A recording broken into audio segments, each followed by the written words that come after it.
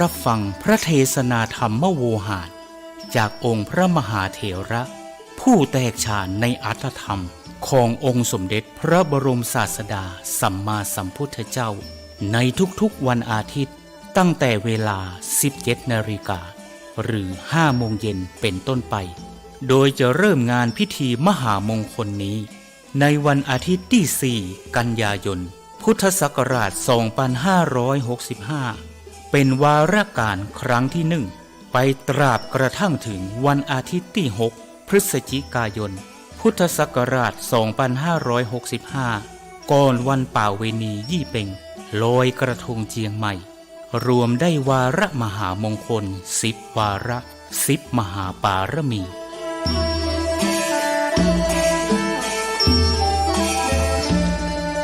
ปวงท่านมหาศรัทธานาบุญผู้มีความสนใจเข้าร่วมพิธีทำวัดเย็นเจริญเมตตาภาวนาสั่งสมปารมีทั้ง10 ทัศอันมีทานปารมีเป็นต้นและมีอุเบกขาปารมีเป็นที่สุดนั้นขอน้อมเจริญพรร่วมพิธีได้ที่พระวิหารหลวงวัดพระสิงห์วรมหาวิหารตำบลพระสิงห์อำเภอเมืองจังหวัดเชียงใหม่และท่านที่มีจิตเจตจำนงประสงค์ใคร่ร่วมบำเพ็ญมหาทานปารมีถวายกันเทศแด่พระมหาเถระผู้แสดงพระธรรมเทศนาและถวายน้ำปานะแด่พระภิกษุสงฆ์สามเณรนั้นขอน้อมร่วมทำบุญหรือแจ้งความประสงค์ของท่านได้ที่พระเดชพระคุณหลวงพ่อพระเทพสิงหวราจารย์เจ้าอาวาสวัดพระสิงห์วรมหาวิหารโทรศัพท์081-883-8752หรือที่ท่านพระครูปริยัติกิจจาภิวัตรผู้ช่วยเจ้าอาวาสวัดพระสิงห์วรมหาวิหารโทรศัพท์089-264-2485ได้ตั้งแต่วันนี้เป็นต้นไป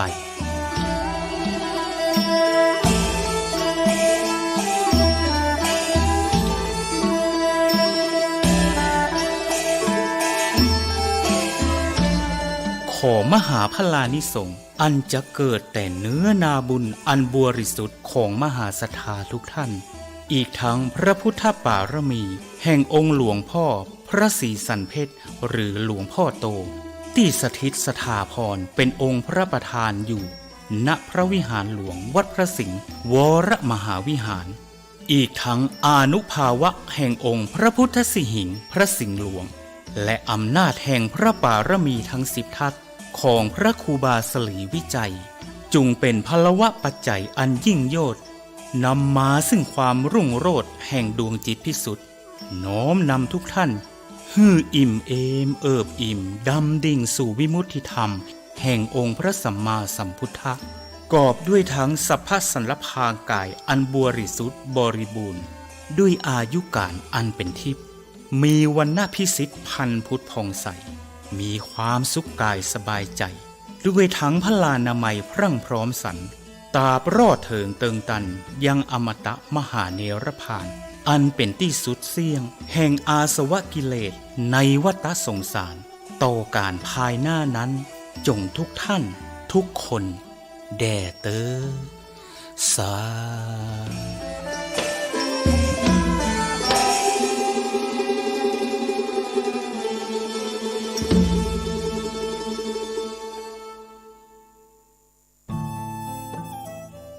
ท่านกำลังติดตามรับฟังสถานีวิทยุกระจายเสียงพระพุทธศาสนาแห่งชาติและสังคมคลื่นเพื่อการศึกษาพระพุทธศาสนาและวัฒนธรรมระบบ FM 104.5 เมกะเฮิรตซ์รายการต่อไปเป็นรายการคดีโลกคดีธรรม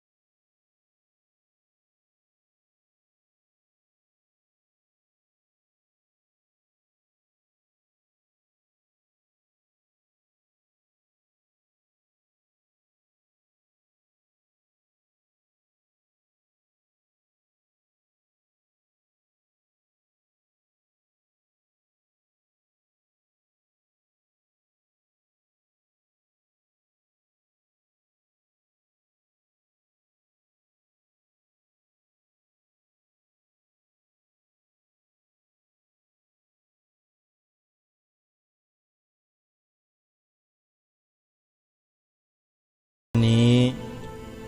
วันแรม7 ค่ำเดือน 9วันนี้ตรงกับวันศุกร์ที่19สิงหาคมพระพุทธศักราช2565รายการคดีโลกคดีธรรมมาพบกับท่านผู้ฟังเป็นปกติทุกวันจันทร์ถึงวันศุกร์และวันเสาร์อาทิตย์ทางสถานีวิทยุแห่งนี้ท่านสามารถติดตามรับฟังรายการนี้ได้เป็นประจำทุกวันโดยแอปพลิเคชันที่ท่านสามารถดาวน์โหลดติดตามรับฟังได้ชื่อว่าวิทยุพุทธศาสนาทั่วไทยแอปพลิเคชันนี้เป็นแอปพลิเคชันที่รวบรวมสถานีวิทยุพระพุทธศาสนาแห่งชาติอยู่ในที่เดียวกันเพื่อเปิดโอกาสและอำนวยความสะดวกให้กับสาธุชนได้ติดตามรับฟังรายการที่เป็นประโยชน์จากแอปพลิเคชันนี้ได้ง่ายๆและมีเป็นจำนวนมากท่านสามารถเลือกรับฟังธรรมะในลักษณะใดก็ได้ที่มีอยู่ในแอปพลิเคชันดังกล่าวแล้วล้วนแล้วแต่เป็นสาระที่ได้ผ่านการคัดกรองมาเป็นอย่างดีแล้วครูบาอาจารย์ของเราก็ได้นำมาเปิดออกอากาศให้สาธุชนได้สดับรับฟังกันเป็นประจำทุกๆชั่วโมงหรือพูดง่ายๆว่าออกอากาศตลอด24ชั่วโมงทีเดียวนี่คือนวัตกรรมใหม่ที่คนไทยเราโชคดีที่สุดที่เราเกิดทันในยุคนี้เป็นยุคดิจิตอลเป็นยุคข้อมูลข่าวสารที่เราจะเกิดมาในยุคไหนก็ตามทั้งเก่าและใหม่เราก็ได้กำไรชีวิตก็ในยุคนี้แหละยุคที่มีเครื่องไม้เครื่องมือเทคโนโลยีที่ทันสมัยให้ความสะดวกแก่พวกเรามากมายแม้แต่การศึกษาเรียนรู้ธรรมะก็สะดวกมากยิ่งขึ้นถ้าเรารู้จักใช้ประโยชน์เทคโนโลยีเหล่านี้สำหรับชีวิตของเราจึงได้บอกบุญให้พวกเราได้รับกันด้วยการบอกต่อให้ญาติธรรมของเราลูกหลานเยาวชนคนไทยของเรานั้นได้ดาวน์โหลดแอปพลิเคชันนี้ไว้ในโทรศัพท์เพื่อติดตามรับฟังสาระดีๆให้แก่ชีวิตของเราร่วมกันจึงขอเรียนเชิญทุกท่านได้ช่วยกันเผยแพร่แอปพลิเคชันนี้เอาบุญกันเหมือนกับเป็นการแจกทานคือบอกให้ผู้อื่นได้รับเหมือนเราได้ให้ธรรมะเป็นทานการให้ธรรมะเป็นทานชนะการให้ทั้งปวงเป็นตามที่องค์สมเด็จพระสัมมาสัมพุทธเจ้าตรัสไว้เพราะฉะนั้นใครก็ตามที่มีส่วนร่วมในการเผยแพร่แอปพลิเคชันนี้ได้บุญกันทุกท่านทุกคนขออนุโมทนาบุญกับทุกท่านด้วยท่านผู้ฟังทุกท่านในวันนี้วันศุกร์ที่19สิงหาคมเป็นวันจัดกิจกรรมทอดผ้าป่าเพื่อการศึกษาของคณะสงฆ์จังหวัดสุพรรณบุรีนั่นก็คือการทอดผ้าป่าการศึกษาสร้างอาคารเรียนรวมให้กับวิทยาลัยสงฆ์สุพรรณบุรีศรีสุวรรณภูมิโดยมีท่านเจ้าคณะจังหวัดสุพรรณบุรีเป็นประธานดำเนินงานโดยมีพระเดชพระคุณหลวงพ่อพระธรรมพุทธิมงคลหลวงพ่อไซอิ่งเจ้าอาวาสวัดป่าเลไลวรวิหาร เป็นที่ปรึกษาใหญ่ แล้วก็มีคณะกรรมการทั้งส่วนราชการทั้งคณะสงฆ์เป็นกรรมการ บุญนี้ใครก็ตามที่ได้ทำเท่ากับว่าท่านได้ฝากคุณงามความดีไว้บนผืนแผ่นดินสุพรรณบุรีไปยาวนานแสนนานเลยเพราะอาคารหลังนี้สร้างด้วยคอนกรีตเสริมเหล็กอย่างแข็งแรงมีอายุไม่ต่ำกว่า50 ปีแน่นอนพระภิกษุสามเณรประชาชนลูกหลานเยาวชนคนไทยของเราที่ได้ผ่านการศึกษาเล่าเรียนจบจากวิทยาลัยนี้ออกไปก็จะได้สร้างประโยชน์คุณงามความดีให้กับชาติบ้านเมืองไม่รู้จักจบไม่รู้จักสิ้นจึงขอฝากสาธุชนได้มีส่วนร่วมกันนะโยมนะในการจัดสร้างอาคารหลังนี้ให้เป็นประโยชน์แก่พระสงฆ์สามเณรและพุทธบริษัทของเราสืบไปใครที่สนใจจะร่วมบุญท่านสามารถเดินทางไปที่วัดป่าเลไลในวันนี้หรือวันอื่นๆก็ได้เพื่อร่วมกันเป็นเจ้าภาพในการจัดสร้างถ้าใครเป็นเจ้าภาพสร้างห้องเรียนในอาคาร1 ห้องจะบันทึกรายชื่อของเจ้าภาพไว้ที่ห้องตลอดกาลโอกาสนี้หายากห้องหนึ่ง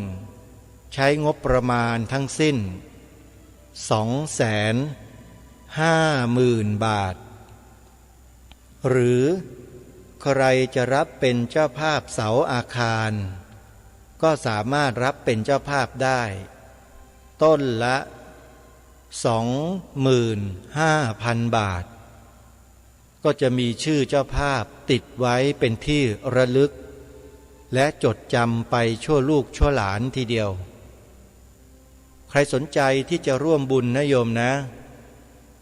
เดินทางไปที่วัดป่าเลไลในวันนี้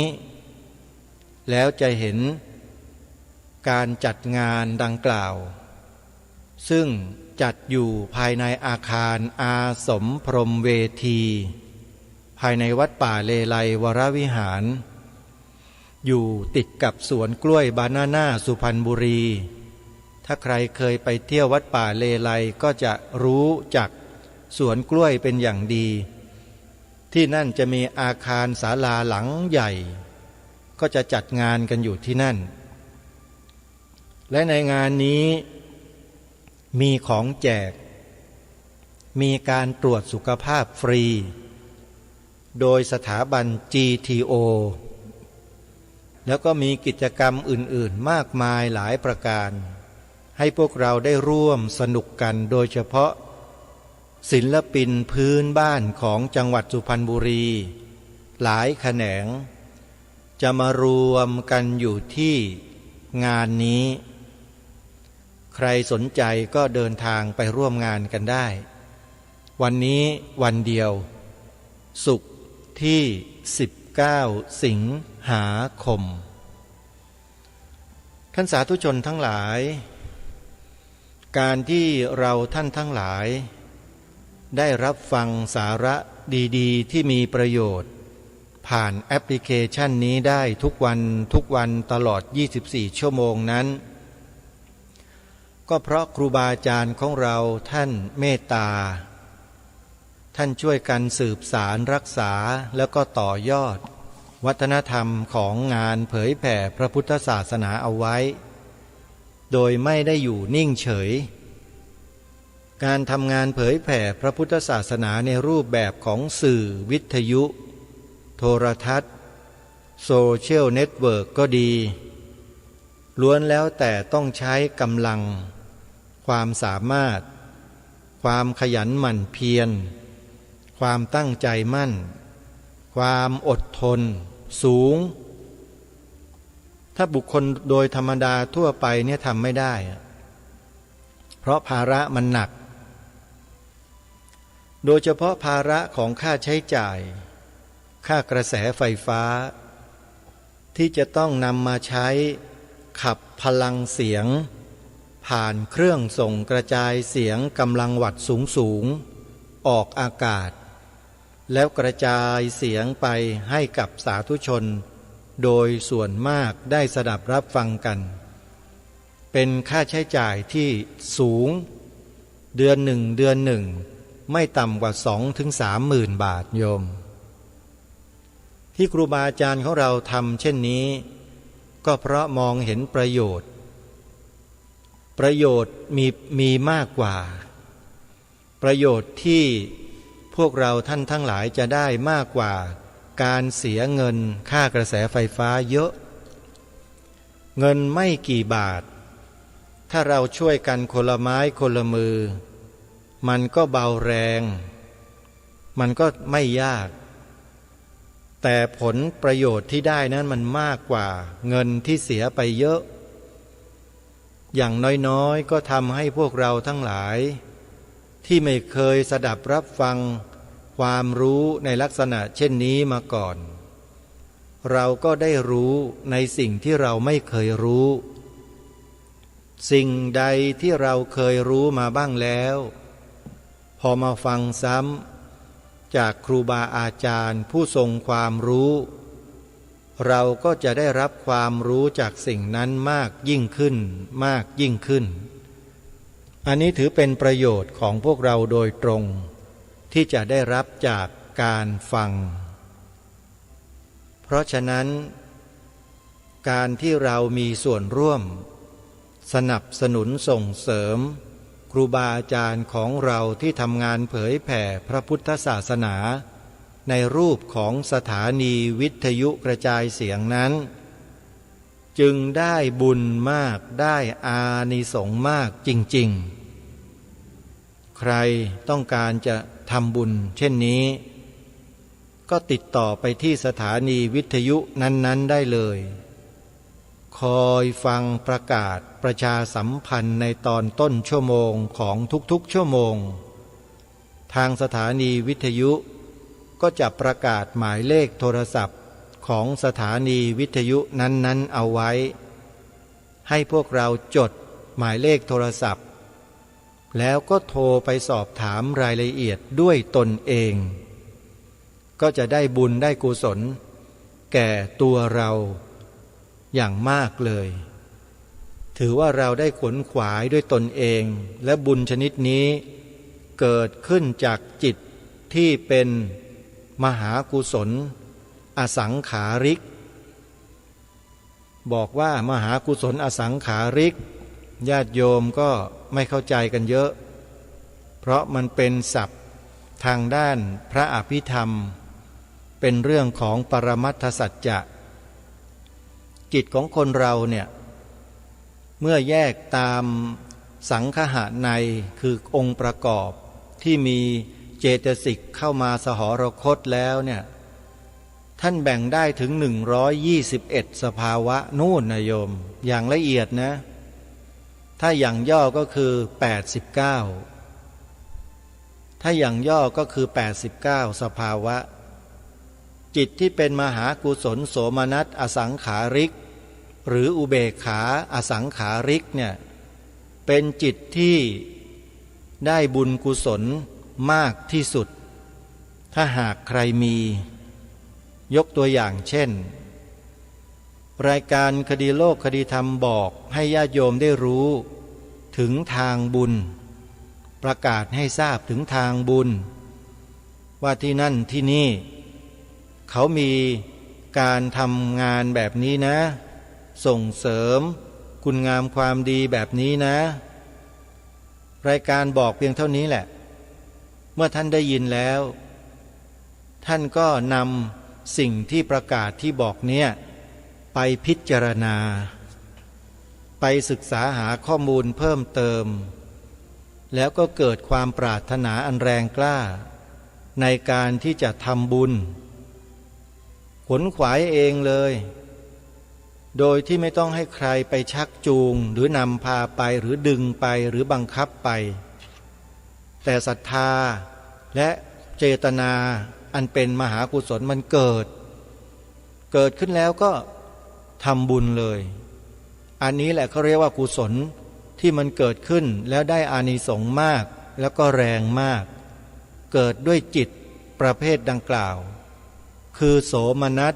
สัสหคตังญาณสัมปยุตตังอสังขาริกังหรืออุเบกขาสหคตังอสังขาริกังก็ได้เป็นมหากุศลโยมจิตประเภทนี้แหละถ้าใครมีแล้วก็ได้ทำบ่อยๆแสดงออกบ่อยๆมันก็จะสั่งสมเป็นอาจินนกรรมเมื่อสั่งสมเป็นอาจินนกรรมมันก็จะเป็นกรรมนิมิตคตินิมิตที่ถูกสั่งสมไว้ใต้จิตสำนึกของเรามีประโยชน์อย่างไร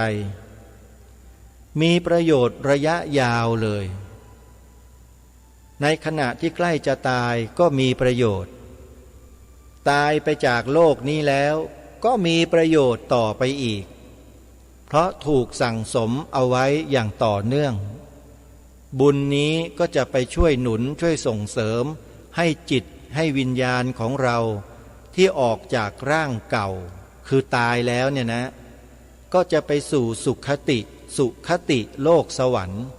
หรือมนุษยภูมิเป็นอย่างต่ำเพื่อที่จะได้สืบต่อในบุญกุศลต่อไปเห็นหรือยังท่านสาธุชนฮะนี่คือวิทยาศาสตร์ไม่ใช่ไสยศาสตร์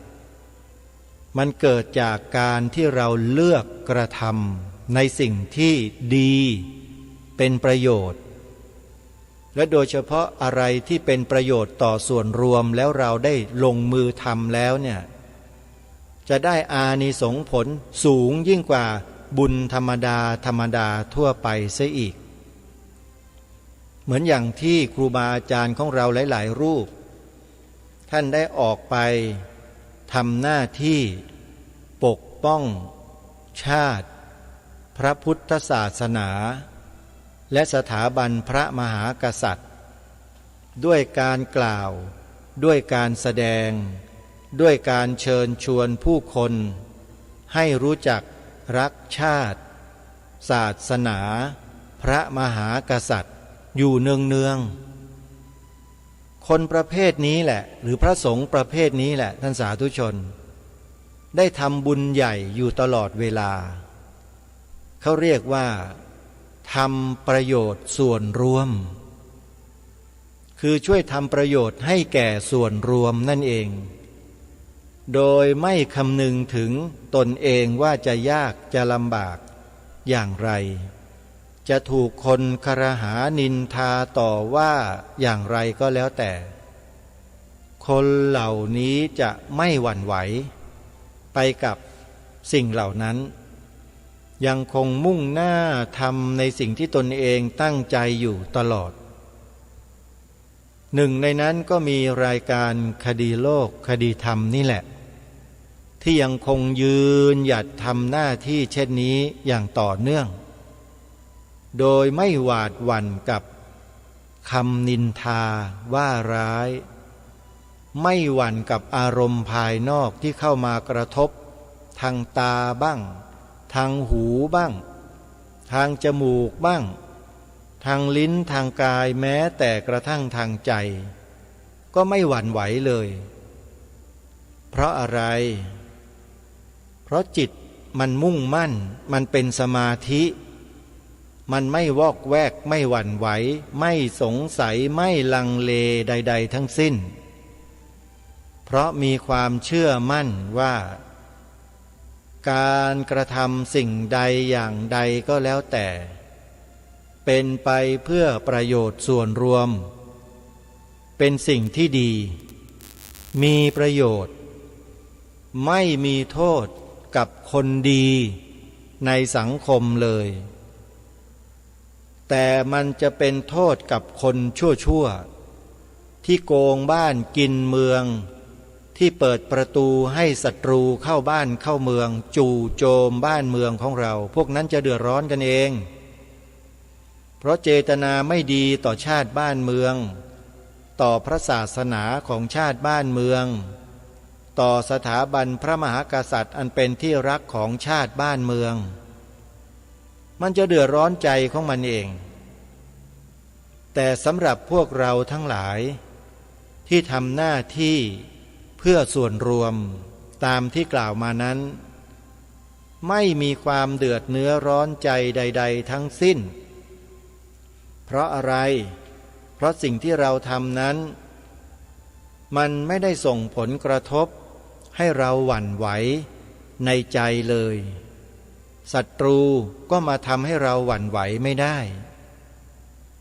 เราจึงมีจิตใจที่แจ่มใสเบิกบานอยู่ตลอด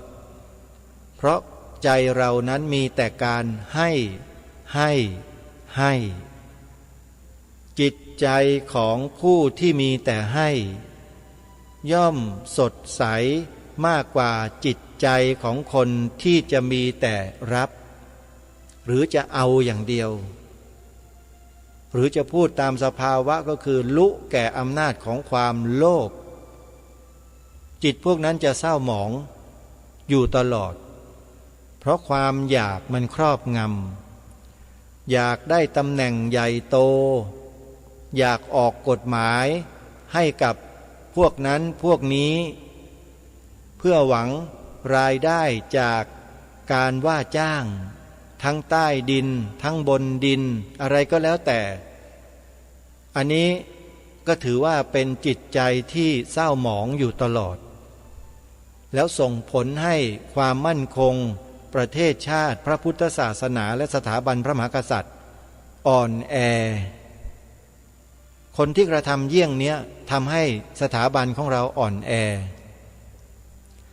แล้วถ้าประชาชนเข้าไปมีส่วนร่วมด้วยแล้วเนี่ยประชาชนก็จะมีส่วนบาปในการกระทำนั้นด้วยมีส่วนร่วมยังไงประชาชนก็ขายเสียงให้เขาไงใครที่ขายเสียงเวลาผู้ลงสมัครรับเลือกตั้งในพื้นที่ต่างๆเขาเอาเงินไปให้หรือฝากผู้นำชุมชนไปแจกแล้วไปรับของเขานั่นนะมีส่วนทำบาปให้กับประเทศชาติบ้านเมืองนี้ด้วยนะ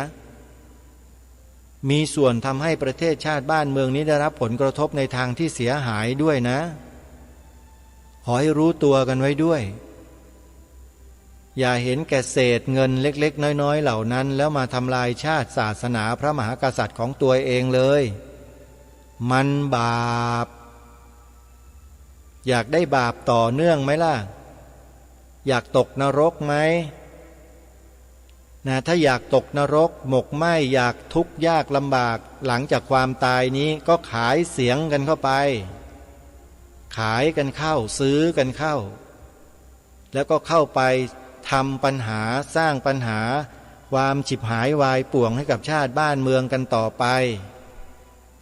พูดแบบนี้ท่านผู้ฟังหลายท่านมองไม่เห็นภาพหรอกหาว่ารายการนี้ปากจัดพูดจาอย่างโน้นอย่างนี้ต่อว่าถึงบอกว่าคนไม่รู้แล้วมันเที่ยวชี้เนี่ยมันเยอะชอบชี้หน้าด่าว่ารายการคดีโลกคดีธรรมบ่อยไม่รู้แล้วเที่ยวชี้ถึงบอกไงว่าคนพวกเนี้ยไม่เคยมีข้อมูลอะไรเลยไม่เคยรู้ข้อมูลอะไรเลยรับแต่เงินซื้อเสียงอย่างเดียววันหนึ่งเอาไปเสพเอาไปบริโภคเอาไปกินเพื่อบำรุงบำเรอเนื้อหนังตัวเองบำรุงกามารมณ์ของตัวเองอยู่นั่นแหละ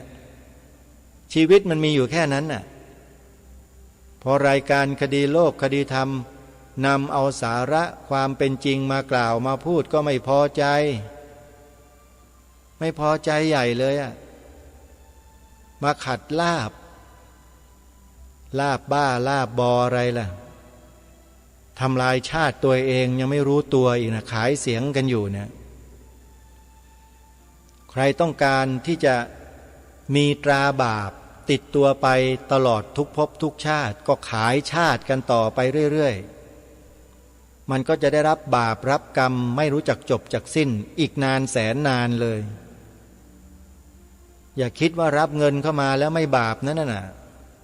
มันบาปทั้งนั้นน่ะมีส่วนร่วมในการทำลายชาติศาสนาพระมหากษัตริย์ของตัวเองทั้งนั้นเลย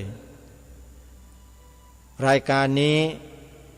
จัดรายการมา17 ปีเข้าปีที่18แล้วไม่ใช่ไม่รู้ว่าเรื่องเหล่านั้นคืออะไรเพราะเห็นว่ามันเป็นอันตรายเป็นโทษจึงมาบอกกับพวกเราแบบตรงๆบอกตรงๆเลยโยมณขนาดนี้ก็มีวิธีการเล่นแร่แปรธาตุในการเขมือบประเทศไทยของเราเดี๋ยวนี้เขามีวิธีการใหม่ๆนะเนียนมากแนบเนียนเขาคิดว่าคนไทยเราจับไม่ได้ไล่ไม่ทันใช้วิธีการซื้อขายสินค้ามาบังหน้ากันแล้วก็รับผลประโยชน์กันแบบลับๆแล้วก็เสียหายต่อประเทศชาติบ้านเมืองแบบลึกๆโดยที่คนไทยเองก็มองไม่ออกอยากจะได้อย่างเดียวอ้างว่าสินค้าแพงพอจะซื้อสินค้าจากเขาราคาถูกจำนวนประมาณ9 ล้านตันโอ้ยดีใจกันใหญ่ได้ซื้อของถูกเอามาหว่านมาไถดีใจแต่หารู้ไม่ว่านั่นคือแผนการที่จะกระทำอะไรกับประเทศนี้ผ่านกลุ่มบุคคลเล็กๆที่มีอำนาจเท่านั้นเองคนไทยก็ไม่ค่อยรู้กันถึงบอกว่าพวกเราไม่ค่อยจะดูข้อมูลกันไม่ค่อยศึกษาข้อมูลกันรายการคดีโลกคดีธรรมก็บอกแล้วบอกอีกว่าให้ไปดูคลิปใน YouTube เปิดดูแล้วท่านจะรู้ว่าเกิดอะไรกับบ้านนี้เมืองนี้เพราะมีคนที่เป็นผู้กล้าเขานำมาแฉมาบอกกับพวกเราแบบตรงไปตรงมาแบบเปิดโปงแบบไม่ต้องมีการปกปิดซ่อนเร้นเลยล่อนจ้อนเลยอ่ะเห็นหมดเลยอะไรเป็นอะไรใครเป็นยังไงมีกลุ่มเดียวที่ก็ทำอยู่ตอนนี้แล้วถ้าเราคนไทยเมื่อทราบแล้วไม่ยอมไปดูมันก็มืดบอดอยู่อย่างนั้นแหละก็ยังบอกว่าเขาดีอยู่นั่นแหละโอ้ยเขาทำให้สินค้าถูกดีแต่รู้หรือเปล่าว่ามันแลกมาด้วยอะไรเราเสียอะไรไปไม่มีอะไรที่เรียกว่าของฟรีนะจะบอกให้มันต้องแลกมาด้วยเงื่อนไขและผลประโยชน์อย่างใดอย่างหนึ่งทีนี้ไอ้ผลประโยชน์เหล่านั้นถ้ามันเป็นตัวเงินเป็นสินค้าด้วยกันไม่เป็นไรหรอกแต่นี่มันขายชาติขายศาสนามันหนักมันรุนแรงมากเพราะสิ่งนี้มันไม่ใช่สินค้าที่จะมาซื้อขายกันได้แต่มันซื้อขายกันได้โดยกลุ่มบุคคลบางกลุ่มบางพวกเราคงเคยได้ยินคำว่าขายชาติกันมานานแล้วใช่ไหมญาติโยมแล้วญาติโยมเชื่อไหมว่าในยุคนี้ก็มีคนขายชาติอยู่เชื่อหรือเปล่าการขายชาติก็คือการขายตัวให้กับชาวต่างชาติต่างศาสนานั่นแหละเขาเรียกว่าขายชาติแล้วเอาเงินที่ตัวเองขายแล้วได้มานั้น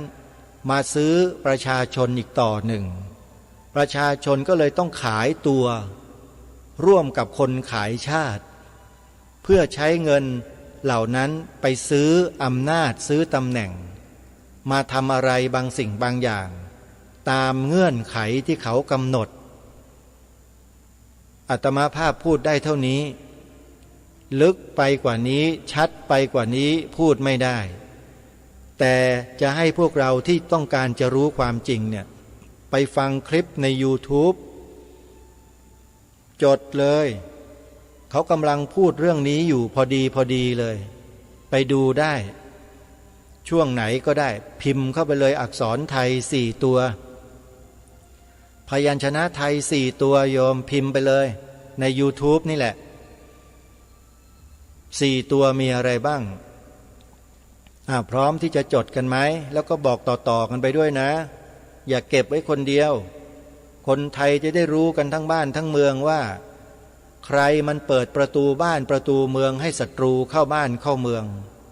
เหมือนกับสมัยกรุงศรีอยุธยาใกล้จะแตกก็มีพระยาจักรีซึ่งเป็นไส้ศึกทำให้ประตูเมืองเปิดแล้วศัตรูก็เข้ามายึดกรุงศรีอยุธยาเผากรุงศรีอยุธยาจนวอดวายฉิบหายวายป่วงไปหมดยุคนี้มันก็กำลังจะเกิดขึ้นเช่นกันทีนี้ถามว่ามันถึงเวลาหรือยังที่เราจะเสียบ้านเสียเมืองให้กับคนเหล่านั้นยังไม่ถึงเวลานั้นแต่ถ้าหากพวกเรายังขายตัวให้กับคนที่มาซื้อตัวพวกเราด้วยเศษเงินเล็กๆน้อยๆเนี่ยนะนั่นแหละเวลามันก็จะเร่งขึ้นไวขึ้นมากขึ้นทีนี้เพื่อไม่ให้เกิดสิ่งเหล่านั้นขึ้นต่อเนื่องเป็นการตัดวงจรวิธีการง่ายๆเข้าไปดูคลิปวิดีโอเหล่านี้เพื่อศึกษาหาข้อมูลเพิ่มเติมก่อนเข้าไปดูซิว่าไอ้ที่รายการคดีโลกคดีธรรมมันพูดอยู่เนี่ยมันจริงหรือเปล่าพร้อมที่จะจดไหมพยัญชนะไทย4 ตัวนะจดเลยออ่างปอปลาพอพานสอเสือเป็นอักษรย่อ4 ตัวอปอพอสอเดี๋ยวจะบอกอีกครั้งหนึ่งบางคนจดไม่ทันออ่างปอปลาพอพานสอเสือรีบเข้าไปดูก่อนที่อะไรมันจะสายตอนนี้มันยังไม่สายเพราะมันยังไม่ออกกฎหมายอีก2 ฉบับมันรอจ่ออยู่เพราะคนที่จะออกให้นั้นพร้อมที่จะออกที่จะยกมือให้เสมอเพราะได้ประโยชน์แต่ประเทศชาติจะเสียหายใหญ่ถ้ากฎหมาย2 ฉบับนี้ออกมา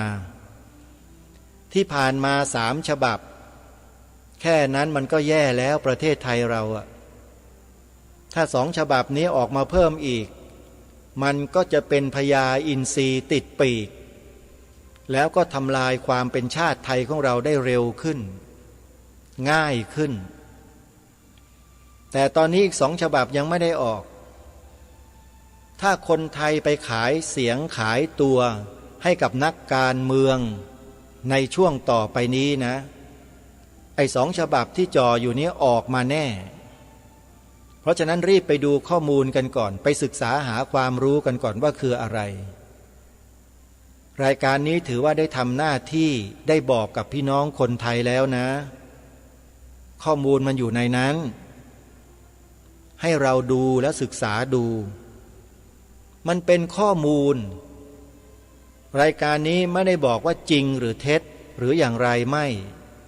แต่บอกให้ไปดูแล้วไปศึกษาไปพิจารณาดูให้ดีคนเรานั้นถ้าเรื่องราวมันไม่มีข้อมูลที่เป็นจริงเขาจะนำมาเสนอทำไมใช่ไหมยกเว้นแต่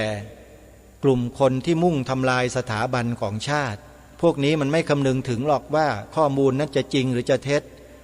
เพื่อให้ถึงเป้าหมายทำลายชาตินี้ให้มันย่อยยับมันทำทุกอย่างนี่อีกประเภทหนึ่งแต่คนกลุ่มนี้ไม่ได้เป็นเช่นนั้นเขาปกป้องรักษาอปพสเนี่ยเขามีเจตนาปกป้องรักษาสถาบันของชาติไม่ใช่ทำลายแต่ถ้าคนที่มันคิดทำลายเนี่ยมันอีกแบบหนึ่งมันกล้าไปอีกแบบหนึ่งเพื่อหวังผลประโยชน์แต่คนเหล่านี้เขารักษาผลประโยชน์ชาติ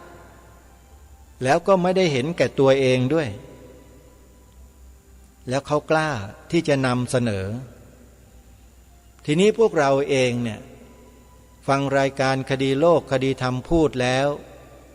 เกิดข้อสงสัยเกิดความไม่สบายใจเกิดความไม่พอใจขึ้นมาอย่าเพิ่งตัดสินใจอะไรไปดูข้อมูลกันเสียก่อนไปดูก่อนนะไปฟังให้ดีๆว่าใครทำอะไรที่ไหนเมื่อไรเพื่อเป้าหมายอะไรเมื่อสักครู่นี้พูดถึงกฎหมาย3 ฉบับที่ออกมาแล้วใช้บังคับใช้อยู่ทุกวันนี้แล้วนะใครต้องการจะรู้ว่ากฎหมาย3 ฉบับนั้นคือกฎหมายอะไรบ้างให้พิมพ์เข้าไปใน YouTube ดังนี้แล้วไปฟังให้ดีพิมพ์คำว่ากฎหมาย3 ฉบับหม่อมช้างของจริงอันนี้ของแท้แน่นอนเชื่อใจได้เลย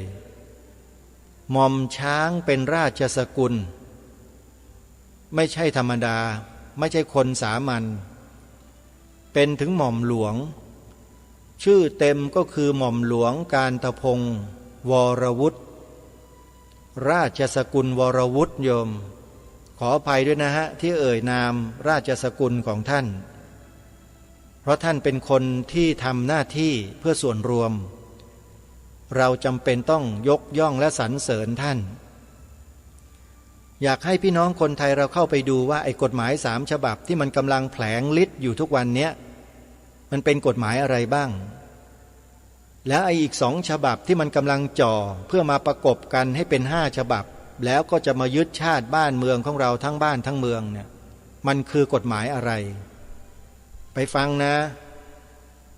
พวกเราเป็นพลเมืองชั้น1ของประเทศเป็นพลเมืองส่วนมากย่อมถือเป็นหน้าที่ของพวกเราที่จะต้องรู้แล้วก็ต้องช่วยกันอย่างที่ปฏิเสธไม่ได้เลยรายการนี้มีหน้าที่มากระตุ้นเตือนพวกเราคนไทยทุกฝ่ายทุกคนให้ร่วมด้วยช่วยกันให้สามัคคีกันอย่าตกเป็นเหยื่อของฝ่ายตรงข้ามที่มายุแยงตะแคงรั่วให้เราแตกแยกกันนะเนี่ยมันกำลังกล่าวหาอาตมาว่ามาสร้างความแตกแยกที่มาพูดแบบเนี้ยไอ้พวกศัตรูเนี่ยมันจะบอกอาตมาหรือบอกทุกคนเลยว่าไอ้พระรูปเนี้ยมันมาสร้างความแตกแยกอย่าไปฟังมันคนพวกนั้นแหละญาติโยมจะต้องระวังมันให้ดีนั่นน่ะที่มันมาว่าอาตมาเนี่ยใครก็ตามเถอะเป็นพระก็ตามเป็นโยมก็ตามที่พยายามจะเสี่ยมญาติโยมให้เกิดความสงสัยอาตมาสงสัยรายการคดีโลกคดีธรรมว่ามาสร้างความแตกแยกอย่างนั้นอย่างนี้ไอ้พวกนี้ละตัวดีนักอาตมาติดตามมันมานานแล้วมันร้ายมากไอ้คนพวกนี้เราทำหน้าที่ปกป้องชาติบ้านเมืองผลประโยชน์ชาติบ้านเมืองแท้ๆแต่พวกนี้มันมากล่าวหาว่าอาตมาเนี่ยมาพูดแล้วสร้างความแตกแยกคำพูดหรือว่าวลีเนี่ยมันเป็นวลีหากินของพวกฝ่ายตรงข้ามเป็นวลีของพวกศัตรูของชาติบ้านเมืองเราเพราะฉะนั้นถ้าใครนำไปใช้แล้วกล่าวหารายการอย่างอาตมาภาพเป็นต้นเนี่ยนะหรือแม้แต่ครูบาอาจารย์ของเราหรือใครก็แล้วแต่ที่ทำหน้าที่เพื่อปกป้องชาติศาสนาพระมหากษัตริย์เนี่ยให้พวกเราได้รับรู้รับทราบไว้ด้วยว่านั่นคือศัตรูของเราตัวจริงใครกล่าวหาพวกอาตมาว่าสร้างความแตกแยกนั่นแหละคือศัตรูของชาติบ้านเมืองตัวจริงไม่ว่าจะอยู่ในคราบของข้าราชการไม่ว่าจะอยู่ในคราบของพระสงฆ์ไม่ว่าจะอยู่ในคราบของคฤหัสถ์ญาติโยมก็ตามศัตรูของเราตัวจริงเลยพวกนี้แล้วมันแฝงตัวเข้ามาเป็นพวกเดียวกับเราโดยเราก็ไม่รู้ตัวมันมาแบบนิ่มๆเงียบๆดูดีโอ้ยดูดีมากน่าเลื่อมใสน่านับถือจริงๆแต่สุดท้ายมันก็แสดงออกมาด้วยสิ่งนี้แหละ ที่มันกล่าวหาพวกเราว่าสร้างความแตกแยกนี่แหละคนพวกนี้แหละตัวแสบนะคอยสังเกตดูให้ดีนะท่านผู้ฟังรายการเนี้ยมีประสบการณ์กับเรื่องนี้มาเยอะเราทำหน้าที่ปกป้องสถาบันชาติสถาบันพระพุทธศาสนาและสถาบันพระมหากษัตริย์มาอย่างต่อเนื่องยาวนานโดยที่ไม่เป็นโทษใดๆกับสถาบันทั้งสามเลยมีแต่ให้คุณมีแต่ยกย่องสรรเสริญเทิดทูนบูชาเคารพมาตลอดแต่พอพูดไปถึงตัวพวกเขาพวกมันเนี่ยมันสะดุ้งนะมันอยู่ไม่ได้มันก็หาวิธีทำลายพวกเราวิธีการง่ายๆเลยก็คือมันกล่าวหาพวกเราว่าพูดสร้างความแตกแยกเพราะฉะนั้นใครก็ตามไม่ว่าจะเป็นข้าราชการไม่ว่าจะเป็นพระไม่ว่าจะเป็นคฤหัสถ์ญาติโยมถ้าพูดแบบนี้กล่าวหาพวกเราแบบนี้ให้เรารับรู้รับทราบไว้ณที่นี้เลยว่าคนคนนั้นนั่นแหละคือศัตรูของชาติบ้านเมืองเรานี่คือข้อสังเกตเพราะฉะนั้นสาธุชนทุกท่านไปศึกษาข้อมูลดูนะในคลิปวิดีโอ2ชื่อหนึ่งอปพสชื่อ2กฎหมาย3ฉบับหม่อมช้างพิมพ์อย่างนี้เลยแล้วท่านจะทราบข้อมูลฝ่ายหนึ่งเป็นฝ่ายบู๊ฝ่ายหนึ่งเป็นฝ่ายบุญเราจะได้ทั้งสองอย่างคือทั้งบู๊แล้วก็ทั้งบุญศึกษาเรียนรู้ดูแล้วก็นำข้อมูลนี้มาคบคิดพิจารณาตัดสินใจกันแล้วท่านจะหาหนทางนั้นเจอแล้วเราก็จะได้เดินไปในหนทางที่ถูกต้องร่วมกันต่อไปวันนี้รายการคดีโลกคดีธรรมนั้นตั้งใจจะนำประวัติชีวประวัติของพระเดชพระคุณหลวงพ่อพระธรรมโกษาจารย์หัวหน้าพระธรรมทูตสายที่1ที่นำมาอ่านออกอากาศให้ท่านสาธุชนได้ฟังจบไปแล้วในบันทึกของพระธรรมทูตสายที่1จากวารสารเสียงสงฆ์จะนำประวัติของท่านเนี่ยมาเผยแพร่มาบอกให้แก่พวกเราได้รับรู้รับทราบว่าองค์ของหลวงพ่อที่เป็นหัวหน้าพระธรรมทูตสาย1พระธรรมโกษาจารย์ที่มีปรากฏอยู่ในหนังสือเล่มนี้เนี่ยประวัติและความเป็นมาของท่านเป็นอย่างไรและท่านมีผลงานโดดเด่นในบ้านนี้เมืองนี้อย่างไรในคณะสงฆ์ท่านมีฐานะมีตำแหน่งถึงขนาดไหนเพื่อให้เกิดความบันเทิงใจของเราจะได้เกิดความสำนึกในบุญคุณของท่านที่ท่านสู้อุตสาห์เสียสละสังขารร่างกายอัญชราของท่านเนี่ยเดินทางไปด้วยรถบรรทุกซุงวิ่งไปเหมืองปีล็อกไปสังขละบุรีไปทองผาภูมิท่านคิดดูว่าถนนมันไม่มีแล้วมันมีแต่ร่องมีแต่หลุมมีแต่ก้อนหินรถมันเรียกว่าคลอนไปเอ็นไปคลอนมาหนามไผ่ก็เกี่ยวไปเกี่ยวมาในบันทึกจารึกเนี่ยท่านบอกไว้เลยว่าท่านมาลึกซึ้งกับคำว่าพุทธังสรณังคัจฉามิก็ตอนเดินทางไปสังขละบุรีนั่นแหละไปเหมืองปีล็อกด้วยรถ10 ล้อเนี่ยก็คือในรถมีพระพุทธรูปอยู่องค์หนึ่งหันพระพักตร์ไปด้านหน้ารถแล้วท่านก็ใช้หลังพิงไปที่องค์พระพุทธรูปหนามไผ่ที่มันตวัดเข้ามาในรถโดนพระพุทธรูปแต่ไม่โดนท่านบอกว่ามาลึกซึ้งซาบซึ้งในคำว่าพุทธังสรณังคัจฉามิในการเดินทางนี่แหละอันนี้ก็เป็นคำบันทึกของท่านคือท่านพูดลักษณะว่าให้เกิดความบันเทิงใจในหมู่คณะเท่านั้นแหละนี่แหละคือพระผู้ใหญ่ในสังฆมณฑลของเราอีกรูปหนึ่งที่ไม่มีใครรู้จักอาตมาภาพในฐานะที่รับใช้ใกล้ชิดท่านในยุคหนึ่งสมัยที่เป็นเด็กๆเรียนอยู่ชั้นป .5 แล้วก็ป .6 ประถม5ประถม6นะโยมอายุก็13 14ประมาณนั้นแหละก็ได้มีโอกาสได้สัมผัสกับชีวิตของท่านแบบใกล้ชิดดูแลอุปัฏวัฏฐากเก็บกวาดเช็ดถูนวดให้ท่านเทกระโถนให้ท่านจัดภัตตาหารเช้าถวายท่านเดินถือย่ามไปกับท่านในงานต่างๆมีความภูมิใจลึกๆที่ได้มีส่วนในการดูแลอุปัฏวัฏฐากท่านเพราะฉะนั้นจึงเป็นเรื่องปกติธรรมดาที่อาตมาภาพจะต้องตอบแทนบุญคุณของหลวงพ่อด้วยการนำเสนอผลงานของท่านอัตตชีวประวัติของท่านให้สาธุชนได้รู้จักท่านด้วยเพื่อเราจะได้อนุโมทนาบุญด้วยกันเก็บเกี่ยวบุญกุศลไปด้วยกันเดี๋ยววันต่อไปจะได้นำประวัติของหลวงพ่อบางส่วนที่มีการบันทึกจารึกไว้นั้นมาอ่านให้กับสาธุชนทุกท่านได้สดับรับฟังกันสืบต่อไปสำหรับวันนี้เวลาของรายการหมดลงแล้วอาตมาภาพต้องขอสมมุติยุติไว้แต่เพียงเท่านี้ไว้พบกันใหม่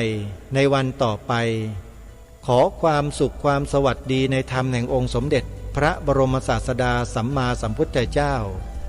จงปรากฏเกิดมีขึ้นในจิตใจของท่านผู้ฟังทุกท่านทุกคนเทินขอเจริญพรกล้าคิดก็ต้องกล้าทำอย่ากลัวถ้าทำความดีเป็นศึกษาปัญหาให้ทันท่วงทีเมืองไทยจะพัฒนากว่านี้รายการดีคดีโลกคดีธรรมขอรำพันบรรยายความคิดเครื่องหมายแห่งสีทั้งสามงามถนัดขาวคือบริสุทธิ์สีสวัสดิ์หมายพระไตรรัตน์และธรรมะคุมจิตไทยแดงคือโลหิตเราใสซึ่งยอมสละได้เพื่อรักษาชาติศาสนาน้ำเงินคือสีโสภาอันจอมประชาพระโปรดเป็นของส่วนองค์จับริ้วเข้าเป็นไตรรงค์จึงเป็นสีธงที่รักแห่งเราชาวไทยทหารอวตารนำไปยงยุทธวิชัยวิชิตก็ชูเกียรติสยามประเทศไทยที่เจริญมั่นคงมาได้จนถึงทุกวันนี้มิได้เกิดขึ้นจากความหวาดกลัวอย่างคลาดเขลาแต่บรรพบุรุษไทยของเราทุกยุคทุกสมัยล้วนแต่มีความกล้าหาญและชาญฉลาดปกป้องเอกราชสร้างชาติให้เกิดความมั่นคงโดยมีธงแห่งพระไตรรัตน์เป็นเครื่องนำชัยจึงเป็นที่มาที่ไปของรายการคดีโลกคดีธรรมกล้าคิดก็ต้องกล้าทำอย่ากลัวถ้าทำความดีเป็นศึกษาปัญหาให้ทันท่วงทีเมืองไทยจะพัฒนากว่านี้รายการดีคดีโลกคดีธรรมรายการดีคดีโลกคดีธรรม